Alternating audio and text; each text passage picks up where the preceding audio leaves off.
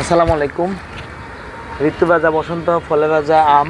তো আমার পিছনে যে আম গাছটি দেখতেছেন অনেকগুলো মুকুল আসছে। তো এখন যেহেতু শীতকাল, আমের মুকুল আসে, দেখা গেল মুকুল ঝরে যায়। এই সম্পর্কে আমি আপনাদেরকে একটু বলবো যে আম যখন এই শুষ্ক মৌসুমে আপনি চাইলে এই গোড়ায় একটু আম গাছের নিচে পানি দিতে পারেন, অধিক যাতে পানি না থাকে। তাছাড়া আপনি চাইলে এই একটু তাঁবুর মতো ব্যবস্থা করে দিতে পারেন, যাতে আম গাছের যে অধিক কুয়াশা পড়লে যাতে সমস্যা না হয়। তাছাড়া দুই ধরনের মুকুল থাকে, একটি স্ত্রী মুকুল, একটি পুরুষ মুকুল। স্ত্রী মুকুল থেকে সাধারণত আম, ফলন আসে, কিন্তু পুরুষ মুকুল থেকে ফলন আসে না।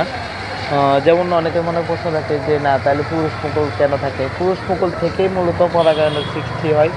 মৌমাছি, প্রজাপতি এরা এসে পরাগায়নটা করে দেয়। আপনি চাইলে নিজেও পারবেন, যে যেটাতে ডিম্বাণু থাকে একটু এই গোড়াটা মোটা, সেটাই স্ত্রী ফুল, আর যেটা একটু শুকনা থাকে, চিকন থাকে, সেটাকেই পুরুষ ফুল। সেটাকে স্ত্রী ফুলের সাথে আসলে মিলন করে দিলেও আপনার পরাগায়ন আসবে বেশি বেশি।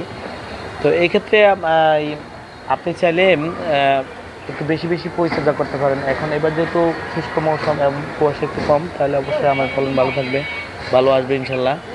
সবাই ভালো থাকবেন। আল্লাহ হাফেজ। আসসালামু আলাইকুম।